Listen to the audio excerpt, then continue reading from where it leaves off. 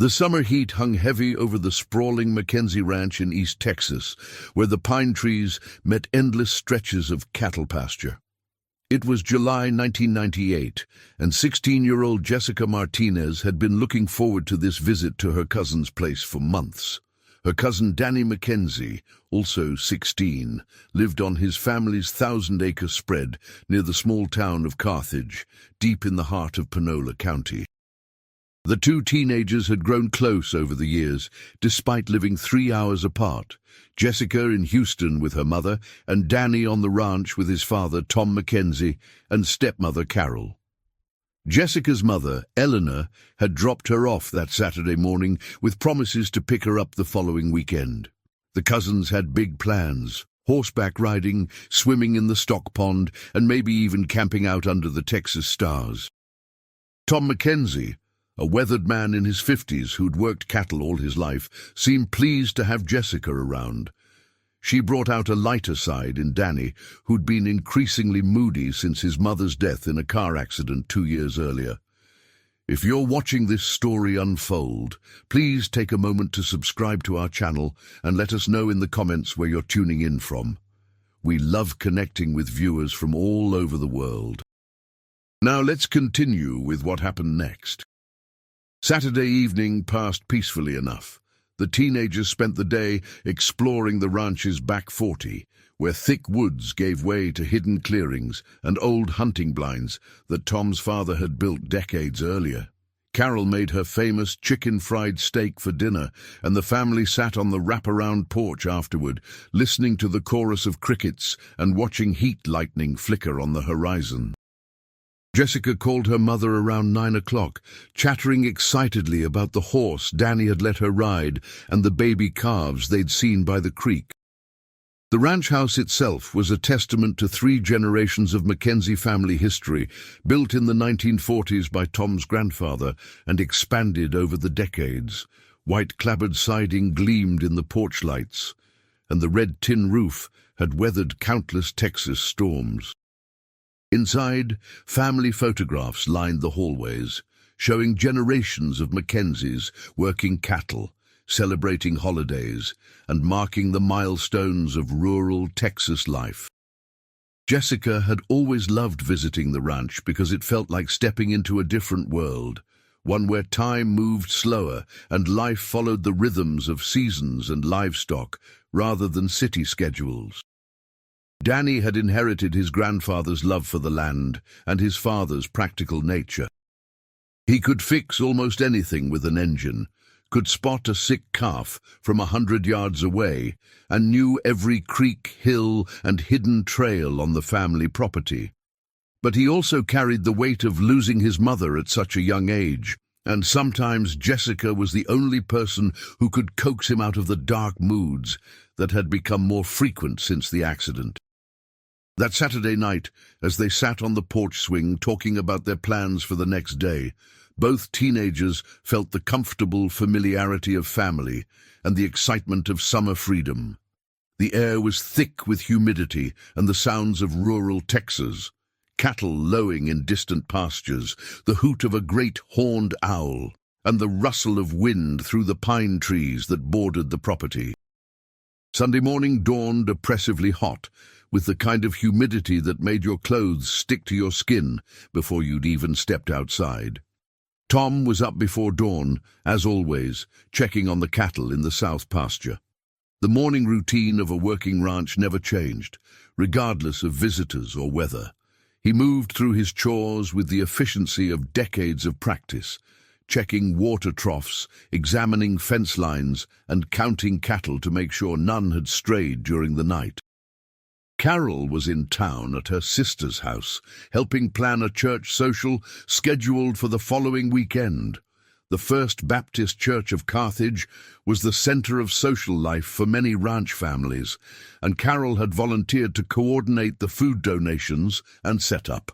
She'd left early, planning to spend most of the day in town running errands and visiting with her sister, whom she rarely had time to see during the busy summer months.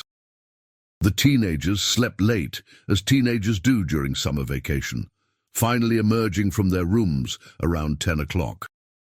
The ranch house was quiet, except for the hum of the air conditioning working overtime against the rising heat. They made themselves breakfast, scrambled eggs, bacon, and toast, prepared in the comfortable chaos of teenagers cooking unsupervised, and discussed their plans for the day over tall glasses of orange juice. Danny suggested they take the four-wheeler out to explore some of the more remote parts of the ranch, areas Jessica had never seen despite her many visits over the years.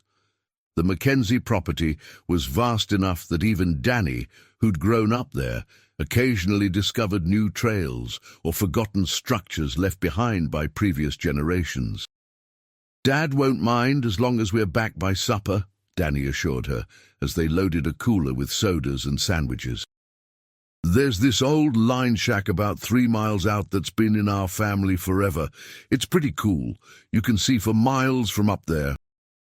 The line shack Danny mentioned was a relic from the days when the ranch had been even larger, before his grandfather had sold off some of the more remote sections to neighboring ranchers.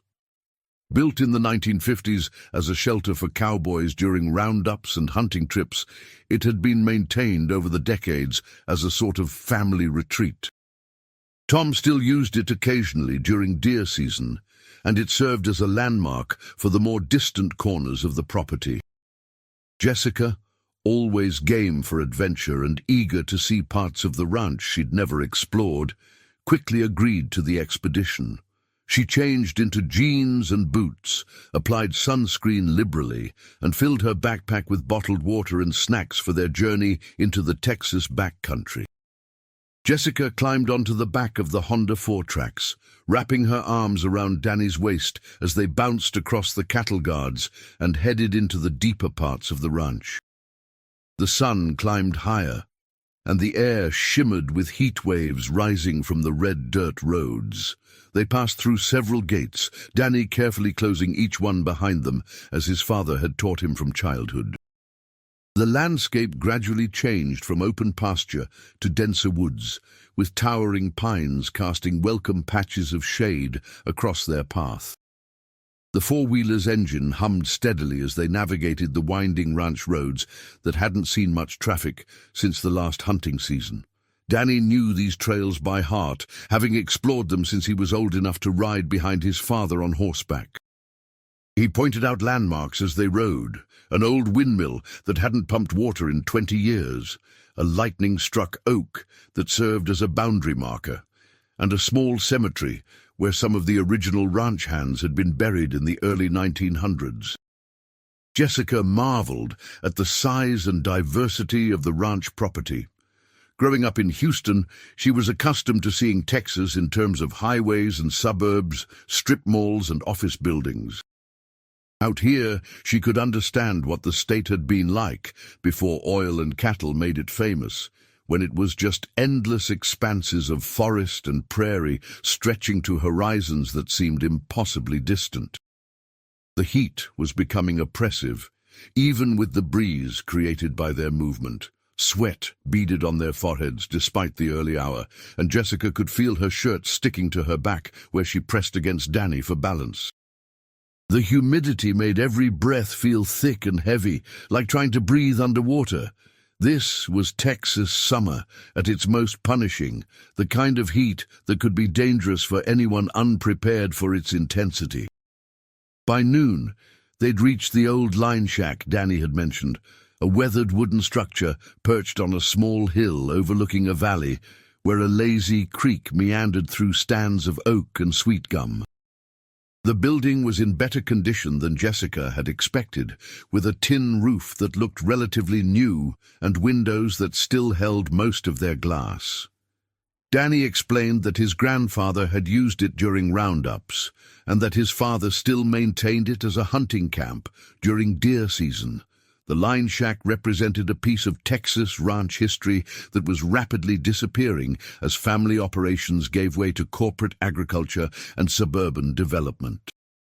Built from native pine and designed to withstand the harsh weather of East Texas, it had served multiple generations of Mackenzie men as shelter during the long days of working cattle in remote pastures.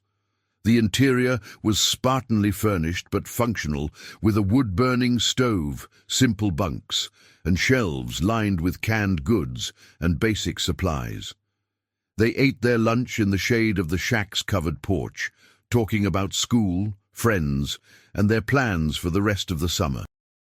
Jessica mentioned that she was thinking about trying out for the volleyball team when school started, while Danny talked about his part-time job at the feed store in town and his hopes of eventually studying agricultural business at Texas A&M. It was the kind of lazy afternoon conversation that teenage cousins have had for generations, filled with comfortable silences, easy laughter, and the unconscious intimacy of family relationships. The view from the line shack was spectacular, stretching across miles of rolling hills covered with pine and hardwood forests. In the distance, they could see the shimmer of heat rising from open pastures where cattle moved slowly between patches of shade. Hawks circled overhead, riding the thermal currents that rose from the sun-baked earth, and somewhere in the woods below, a woodpecker hammered steadily at a dead tree. Around 2 o'clock, with the sun at its highest and most brutal point, Danny suggested they explore a bit more before heading back to the relative comfort of the ranch house air conditioning. "There's this cave about a half-mile from here," he said, pointing toward a rocky outcrop visible through the trees. "Dad showed it to me when I was little, but I haven't been back there in years. Want to check it out?"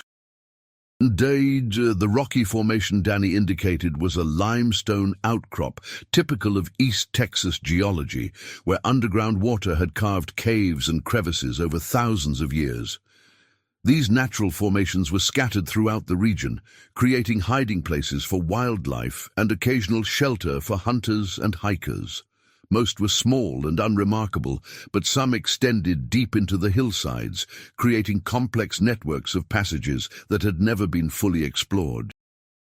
Jessica nodded eagerly, always drawn to adventure and curious about parts of the ranch she'd never seen. They secured the line shack, making sure all windows were closed and the door properly locked, then headed toward the rocky area on foot. The temperature had climbed well into the 90s, and the humidity made every step feel like walking through soup. But the teenagers were young and hardy, accustomed to Texas summers, and the prospect of exploring a cave offered the promise of cool air and the kind of adventure that would give them stories to tell for years to come. The walk to the rocky outcrop took them through increasingly dense forest, where the canopy provided some relief from the direct sun, but also trapped the humid air close to the ground.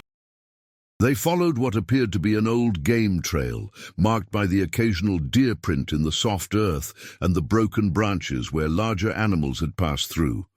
The forest was alive with the sounds of summer, the buzz of insects, the chatter of squirrels, and the distant call of a red-tailed hawk circling somewhere overhead.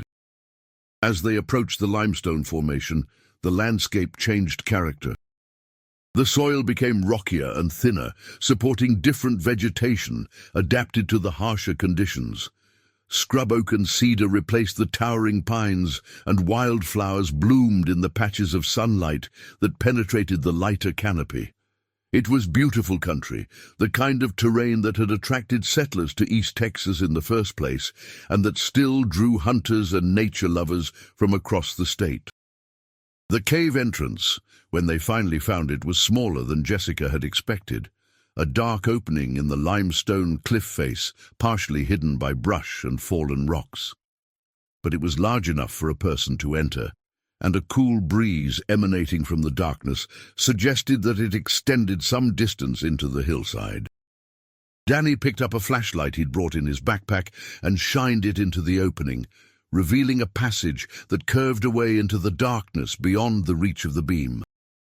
What happened next would remain a mystery for 6 long years, becoming the kind of case that haunts small communities and leaves families forever changed.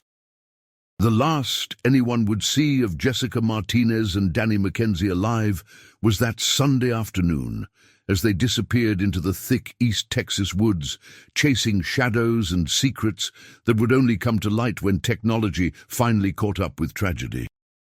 Tom Mackenzie returned from checking cattle around 4 o'clock that afternoon, expecting to find the teenagers back at the house, or at least somewhere within shouting distance.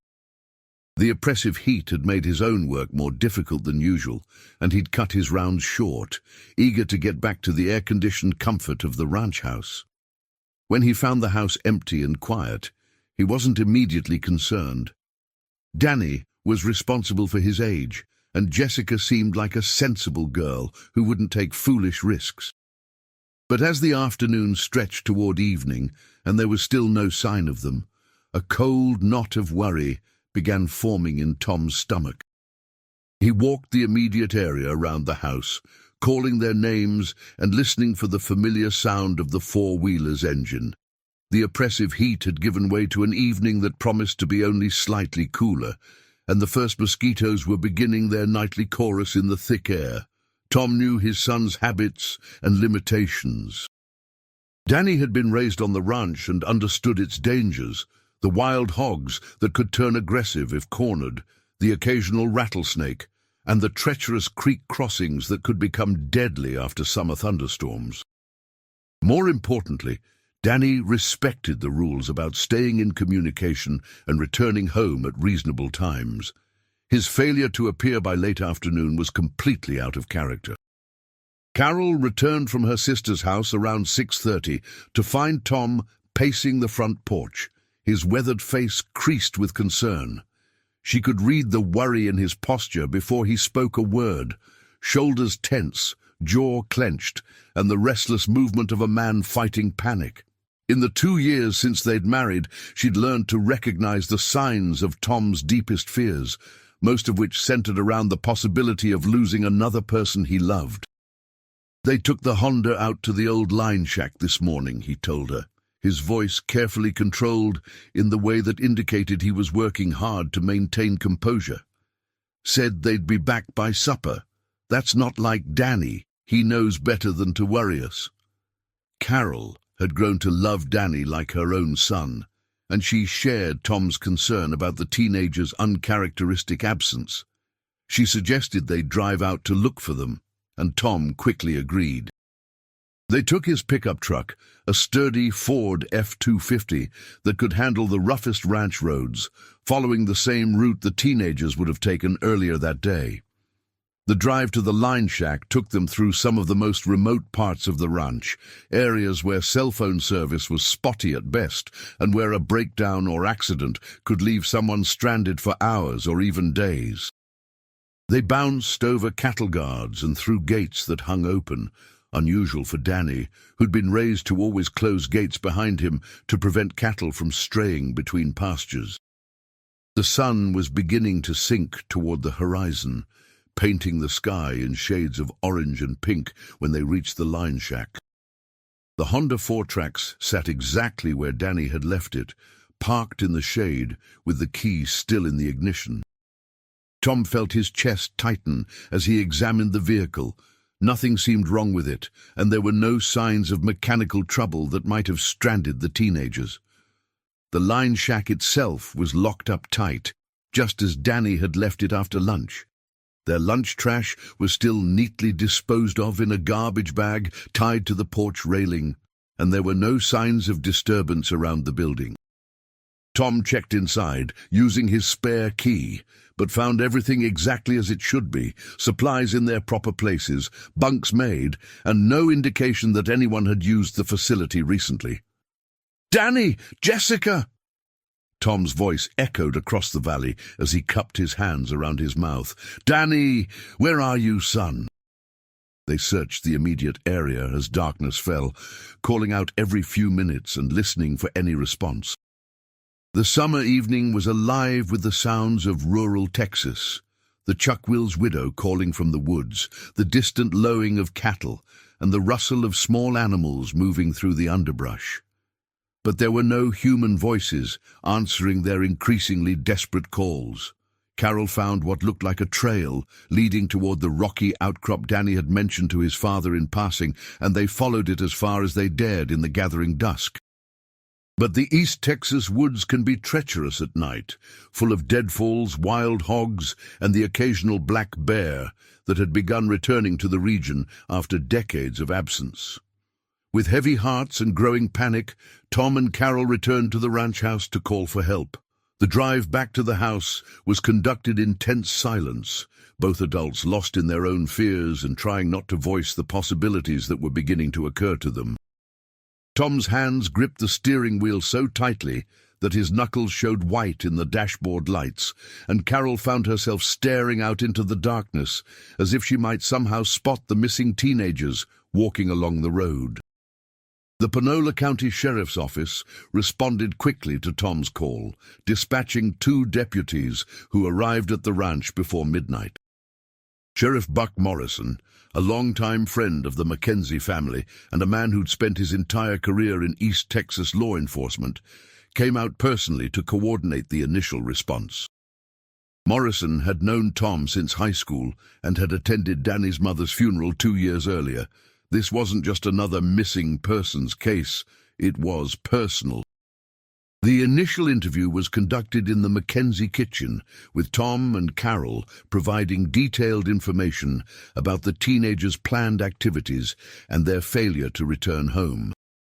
Morrison took careful notes, asking specific questions about Danny's experience level, the condition of the four-wheeler, and any potential hazards in the area where they'd been exploring.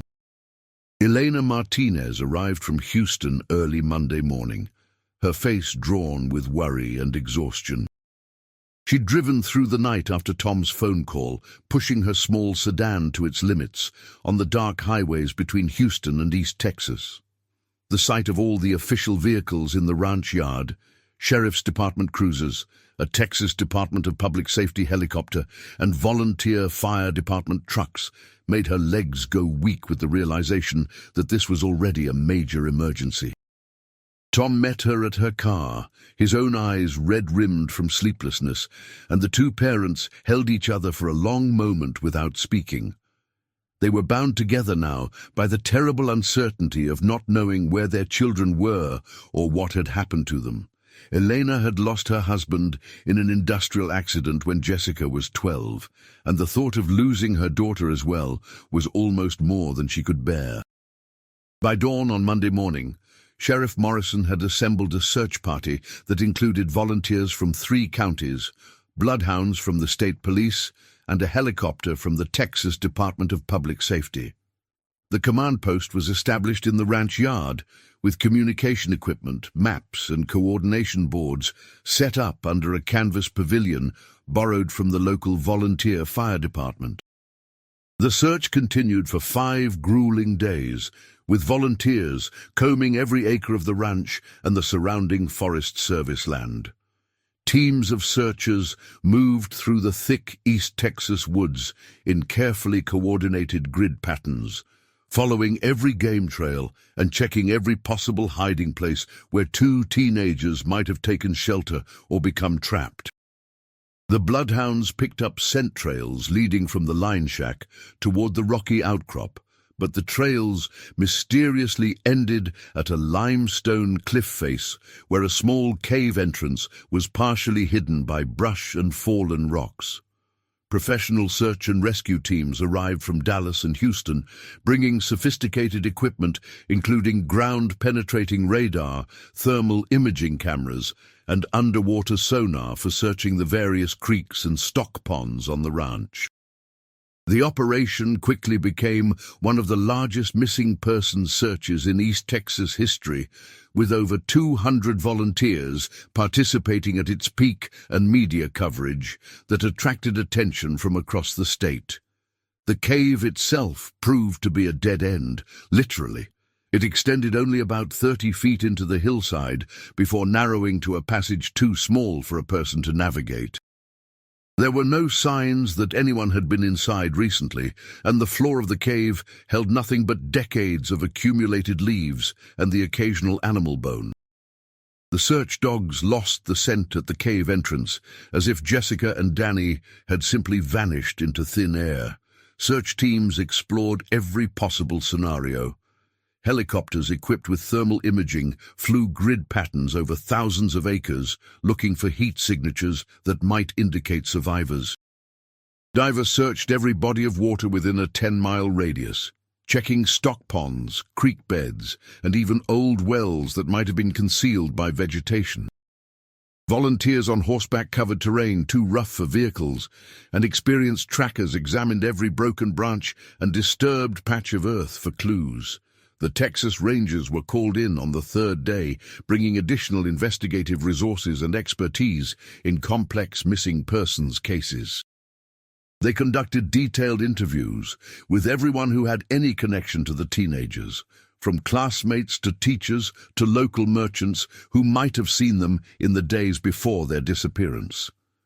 They also investigated the possibility of abduction, examining traffic patterns on the rural roads around the ranch, and checking with law enforcement agencies across the region for any reports of suspicious activity. By the end of that first week, the official search was scaled back to a few professional teams, though volunteers continued to organize informal searches for months afterward. The massive effort had turned up no trace of the missing teenagers beyond their scent trail leading to the cave entrance. It was as if they had simply stepped off the face of the earth, leaving behind no clues and no indication of what might have happened to them. Flyers with the teenagers' photographs appeared in every business window in Carthage and the surrounding communities. The images showed Jessica's bright smile and Danny's serious expression, frozen in time from their junior year school photos. Local businesses donated printing costs, and volunteers distributed thousands of flyers at truck stops, shopping centers, and community events throughout East Texas and beyond. The local newspaper, the Panola Watchman, ran front-page stories for weeks, documenting every development in the case and keeping the community informed about ongoing search efforts. The case eventually attracted attention from television news stations in Dallas and Houston, with reporters interviewing family members and broadcasting appeals for information to audiences across Texas. But as summer turned to fall and fall gave way to winter, the trail grew colder. The FBI was called in to investigate the possibility of kidnapping, but they found no evidence of foul play and no demands for ransom. Both teenagers had been well liked, with no known enemies, and their families had no significant wealth that might attract criminals. Danny's small bank account hadn't been touched, and Jessica's belongings remained undisturbed in the ranch house guest room where she'd unpacked them that first Saturday. The investigation expanded to include interviews with registered sex offenders in the region, background checks on everyone who had worked on the ranch in recent years, and coordination with missing persons databases across multiple states. Federal investigators brought resources and expertise that local law enforcement couldn't match, but even their sophisticated techniques turned up no useful leads. The case consumed Tom Mackenzie's life in the months that followed. He hired private investigators, consulted with psychics, and spent his own money printing thousands of additional flyers that he distributed across 3 states. The ranch work suffered as he dedicated every waking hour to searching and researching the same areas, convinced that he must have missed something important in the vast expanse of forest and pasture that surrounded his home. Tom's obsession with finding his son took on an almost religious intensity. He would spend entire days walking the same trails the search teams had covered, looking for any detail that might have been overlooked. He installed a police scanner in his truck and responded to every emergency call in the area, hoping that some unrelated incident might somehow lead to information about Danny and Jessica. Carol watched helplessly as her husband grew thinner and more obsessed, checking and rechecking the same trails, the same caves, the same empty spaces where his son had simply ceased to exist. The man she had married was disappearing before her eyes, consumed by grief and the terrible uncertainty of not knowing what had happened to the boy who had been the center of his world since his first wife's death.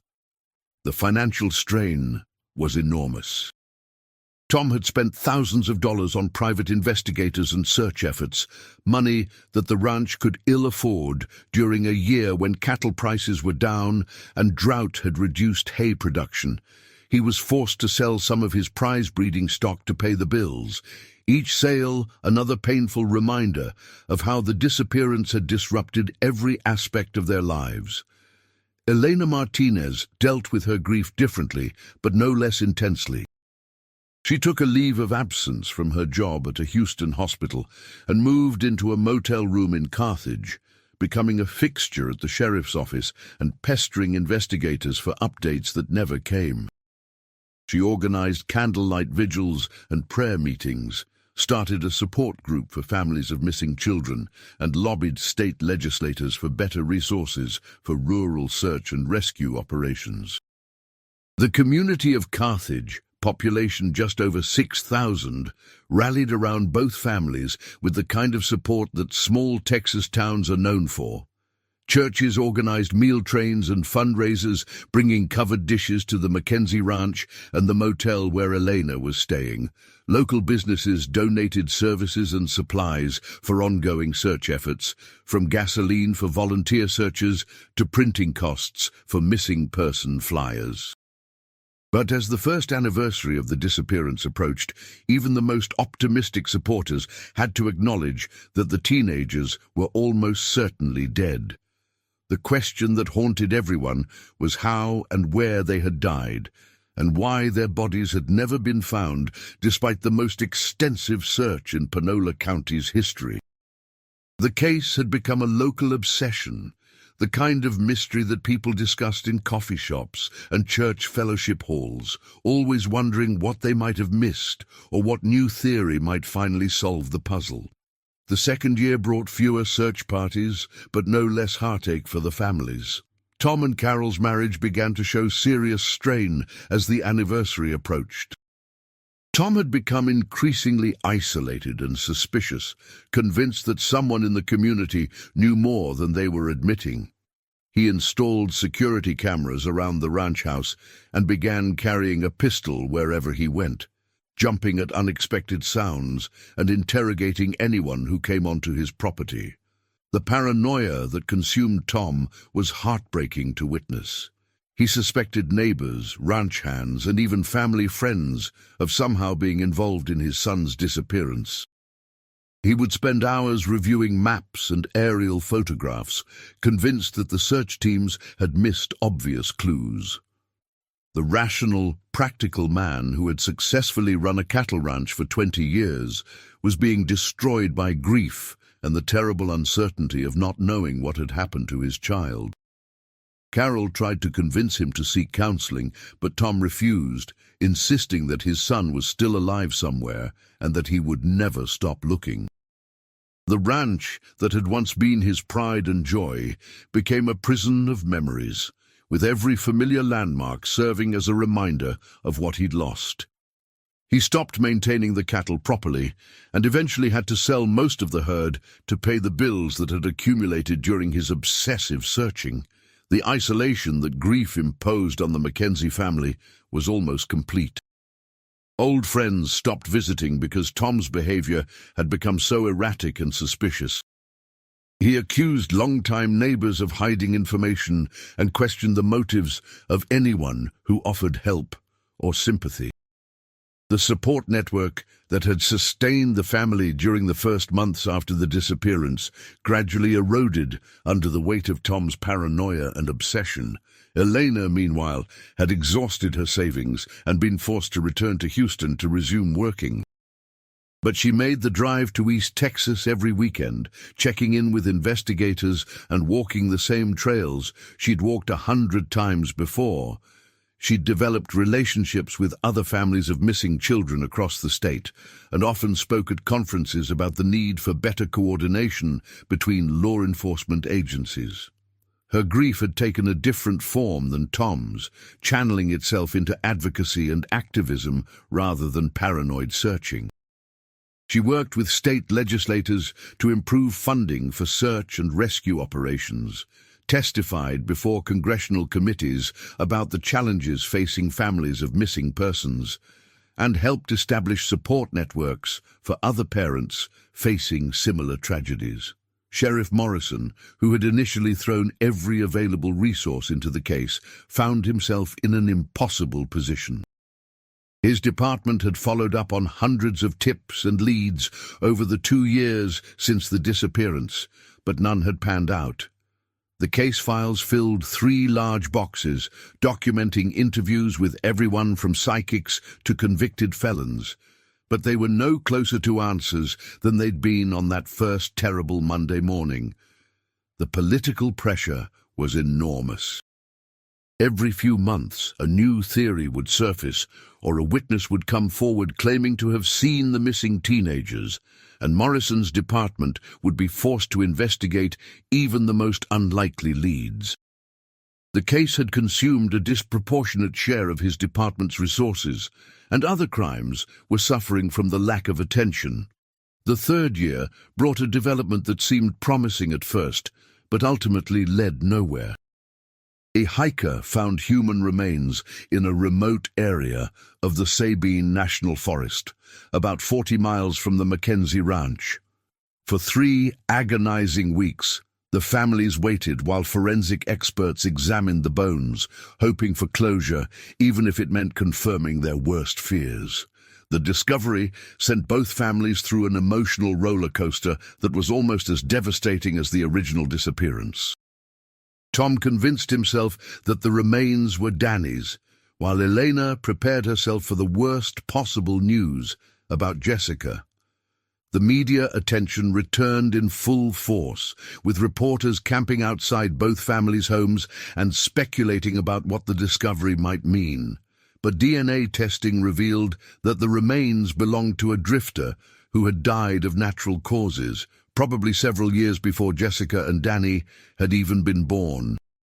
The disappointment was crushing, leaving both families to confront once again the terrible uncertainty that had defined their lives for 3 years.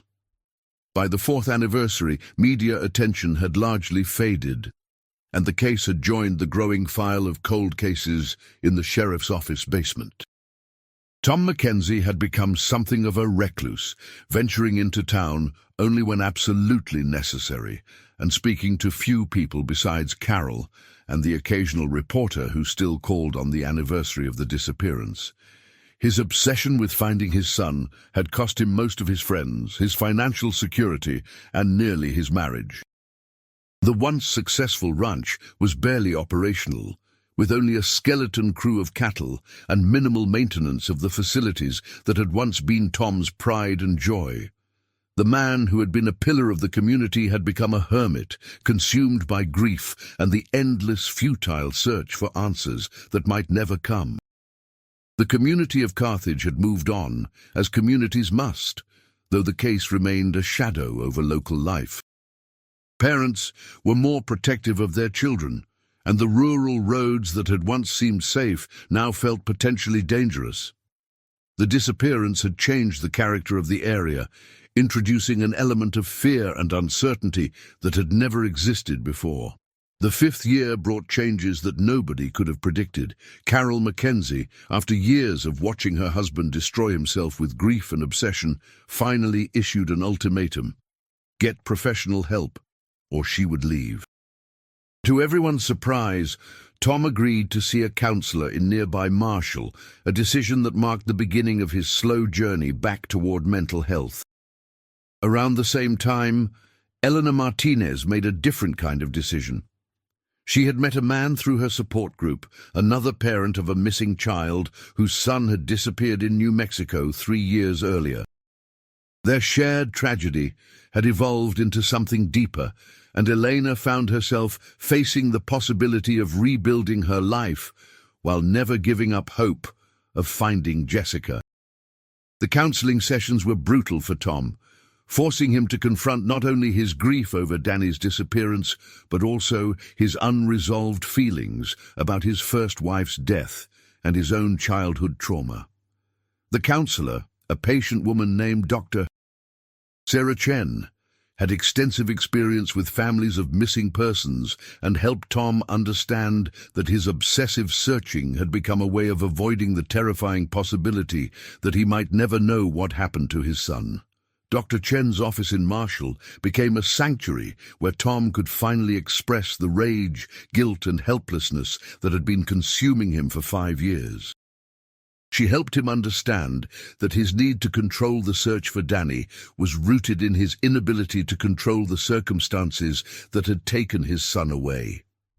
Slowly, painfully, Tom began to separate his love for Danny from his compulsive need to find him. Slowly, Tom began to reclaim pieces of his former life. He started maintaining the ranch again, rebuilt his cattle herd, and even began talking to old friends who had been patiently waiting for him to emerge from his self-imposed isolation. He still thought about Danny every day, still hoped for answers, but he was no longer consumed by the search in the way that had nearly destroyed him. The healing process was gradual and often frustrating. There were setbacks and dark days when Tom would find himself driving to the old line shack, compulsively searching the same areas he'd searched hundreds of times before. But with Dr. Chen's help and Carol's patient support, he slowly learned to live with uncertainty and to find meaning in his life beyond the endless quest for answers about his son's fate. It was during this period of healing that Tom made a decision that would eventually crack the case wide open. As part of his recovery process, he had begun making improvements to the ranch that he had neglected during his years of obsessive searching. One project involved installing a better security system around the ranch house and outbuildings, including motion-activated cameras that would help him keep track of wildlife and potential trespassers. The security company he hired, Lone Star Protection Systems out of Tyler, was owned by a man named Marcus Webb, a former police detective who specialized in rural security installations.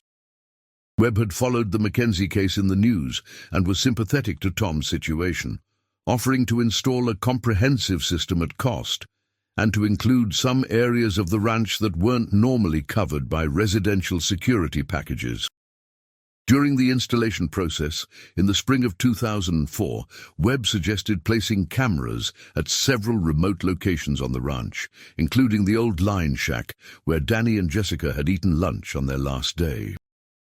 "You never know," Webb told Tom as they surveyed the area. "Sometimes these cases break when you least expect it. A camera out here might catch something, maybe not related to your son, but something that could be useful." Tom agreed, though he had little hope that the cameras would reveal anything significant. The area around the line shack had been searched so thoroughly in the weeks after the disappearance that every square foot of ground had been examined multiple times by professional investigators, volunteer searchers, and search dogs. Still, the cameras were part of a comprehensive security upgrade, and Tom found some comfort in the idea that the remote areas of his ranch would now be monitored. The cameras were installed in early May 2004, just a few weeks before the 6th anniversary of Danny and Jessica's disappearance. They were state-of-the-art for the time. Digital units with infrared capability that could record clear images day or night and store weeks of footage on internal hard drives. Webb positioned them strategically to cover the approach to the line shack, the area around the building itself, and the trail leading toward the rocky outcrop where the teenagers had last been seen. For the first few months, the cameras recorded nothing more interesting than deer, wild hogs, and the occasional coyote. Tom had access to the footage through a computer system in his home office, and he found himself checking it obsessively at first, just as he had once obsessively searched the physical landscape. But Dr. Chen helped him recognize this pattern and establish healthier boundaries around his monitoring of the security system. Summer passed quietly, with Tom focusing on ranch work and his continued counseling sessions. Elena had remarried and moved to New Mexico with her new husband, though she still called Tom regularly and continued to advocate for missing children through a non-profit organization she had helped establish. Both families had found ways to honor Danny and Jessica's memory while slowly rebuilding their shattered lives. It was in late October 2004, during hunting season, that the cameras finally captured something significant. Tom was reviewing the previous week's footage when he noticed unusual activity around the line shack on a Tuesday evening. At first, it appeared to be just another hunter or trespasser. The ranch bordered public hunting areas, and Tom occasionally had to deal with people who wandered onto his property by mistake. But as Tom watched more closely, he realized that the figure approaching the line shack was moving with purpose and familiarity, not like someone who was lost or exploring randomly. The person appeared to know exactly where they were going and what they were looking for. Even more disturbing, the timestamp on the footage showed that this visit had occurred just after sunset on a Tuesday, an unusual time for a legitimate hunter to be in the area. The man they eventually arrested was named Billy Ray Hutchins, a 47-year-old mechanic from nearby Marshall who had no obvious connection to the Mackenzie family or the missing teenagers.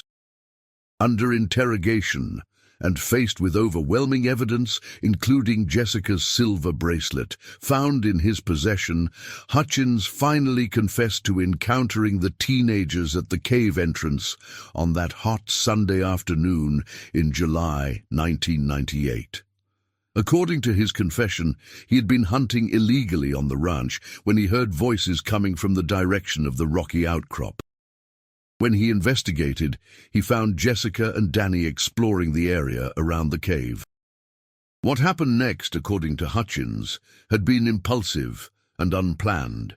He claimed that Jessica had recognized him from survey work he'd done on the ranch and had threatened to report him for trespassing and poaching. Terrified of the consequences of what he had done, Hutchins had hidden the bodies in a deep crevice in the rock formation, one that the search teams had missed because it was partially concealed by fallen trees and debris.